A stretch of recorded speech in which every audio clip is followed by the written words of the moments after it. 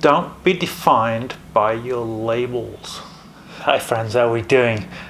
I am filming this from Da Nang in Vietnam, from my hotel room. And I've been reading Everything That Remains, which is the memoir by the Minimalist, primarily by Joshua Feldman. And it's really something I recommend as an introduction to minimalism. It's a really good book. But I realized that we are too easily defined by labels that other people put on us or we put on ourselves. And I don't think that's helpful for any of us. So I just thought I would expound on that a little bit for a minute in this Baby Steps Towards Minimalism video. Minimalism covers a whole area, and I'm not just talking about minimalism in art or minimalism in music or anything like that, though I guess it's one that should be covered in the sense that I am a minimalist. I am a musician. I am definitely not a minimalist musician, although I can appreciate certain aspects of minimalist music, don't get me wrong. But I think this whole label of minimalist and knowing exactly where you fall on the line is a difficult thing. Obviously, at one end of the scale, you have hoarder.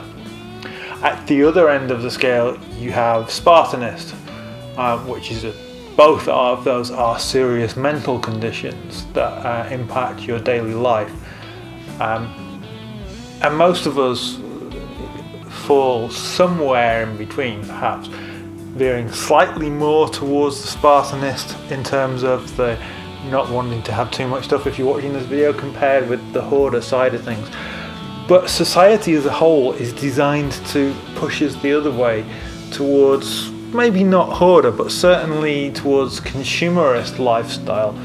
And that is definitely a challenge, and particularly in the tech world and in the music world and any of these things that is primarily built around stuff and the acquisition of stuff, new stuff, better stuff, more upgraded stuff, accessories for the stuff to go with.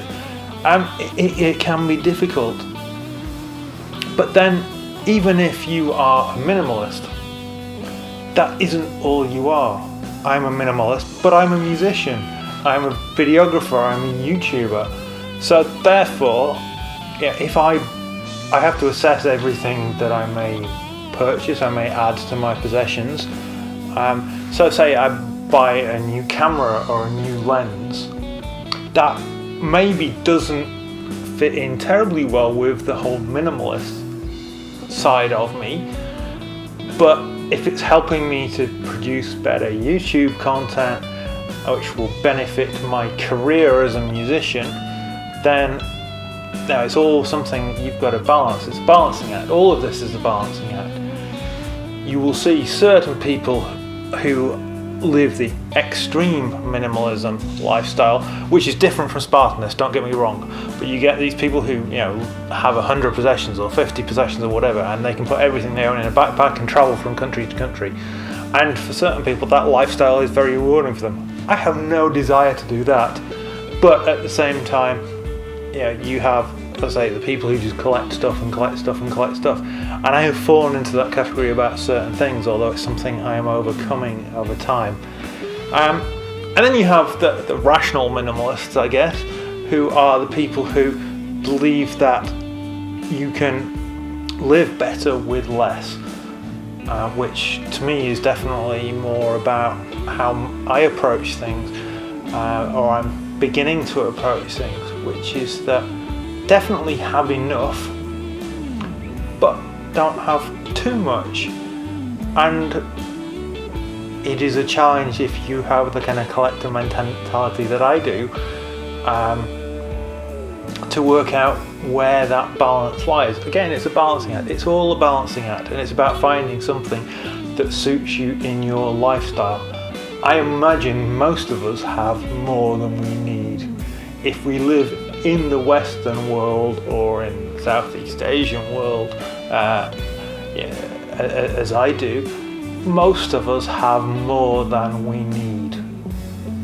Not to say all of us do, and if you're not in that situation, and you're not in that situation not through choice, then I appreciate that life can be hard, and maybe you're not appreciating where I'm coming from this video, but any of us who are not living paycheck to paycheck, who have houses full of things that we can get by without, I think that covers a lot of us. And to me, the rational minimalist approach, that is something that appeals to me. It is that of clearing out the stuff that we don't need, stuff that would go in storage, stuff that gets in the way, stuff that we have to clean and tidy and put away so we can do other things that actually fill us with joy. So at the moment, as you can tell, actually you probably can't, because you can't see anything out of the window, but if you watch my other videos from around this time, I am on holiday. We brought, this is the first time I think we've ever travelled hand luggage only, so we brought a minimal amount of stuff with us. Now I still brought a camera and a microphone and a GorillaPod, in fact 2 GorillaPods because the microphone's on a separate one. But I had this limitation of 7 kilos, plus a little bag that I usually had my camera in and a few bits and bobs.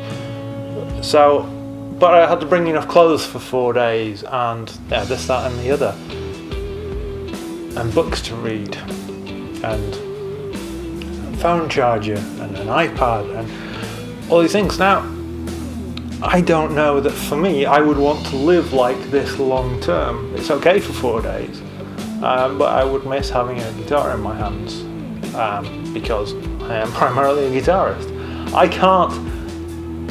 I can exist without a guitar, but I don't know that I could truly live, and surely that's what it's all about. Guitars bring me joy. Having too many guitars and too many guitar accessories brings me frustration and annoyance and hardship and indecision and all these things that get in the way of me being creative. So yeah, definitely a bad thing.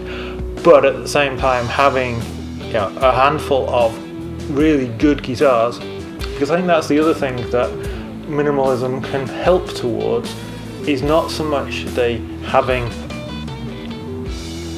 less stuff, as in literally just getting rid of the excess, but it can also help you work towards having better things, because if you only have 2 things instead of 12, the 2 things can be better quality, they can last longer, they can be better made, and I think that is something that is definitely a benefit of minimalism. Not only is it less to tidy up, less to clean, less to do maintenance on, but also it means that in that case we can invest 6 times the amount of stuff on one item than we would do otherwise. I'm not saying you necessarily want to do that, because there are sometimes better things to do with our money, and particularly if we're getting into debt, which is an easy thing to do, particularly in the Western world, and it's something that on a small level I have been guilty of in the past. Small in the grand scheme of things compared with the horror stories I hear about levels of debt, particularly in America. And I do wonder, that the thought occurred to me, is minimalism as we see it, which is really just how the bulk of the world lives, if you look outside of your little Western box, is it a universal solution to a primarily American problem?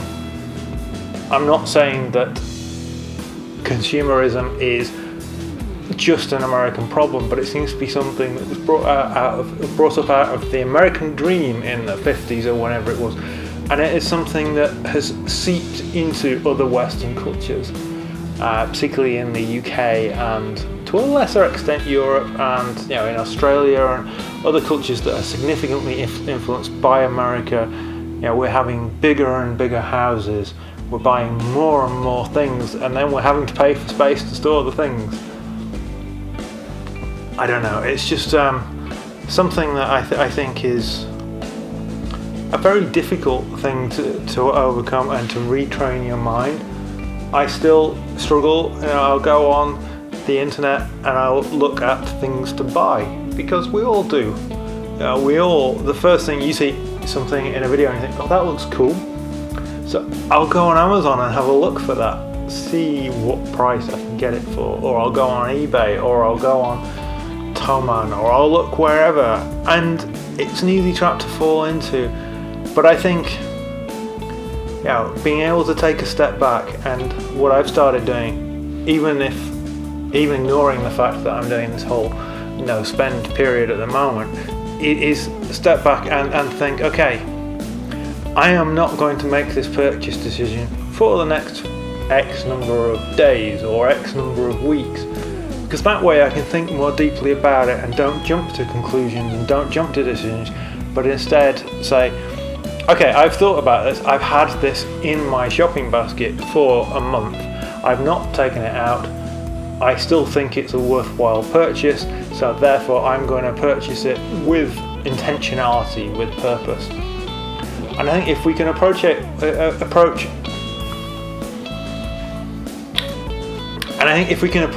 all our purchasing decisions like that, all our gear acquisition decisions in whatever field, but I say for me, particularly in music and tech, and not just from the fact that it gives us a bit more time to save it up, so maybe we don't need to go in debt, which is obviously a good thing, but also, do we really need it? Do I really need another guitar? The answer is no. And before we go any further, I do not need another guitar. I need to get rid of 5 or 6 still. Do I need another microphone? Do I need another mic stand? Do I need another PA speaker? Do I need?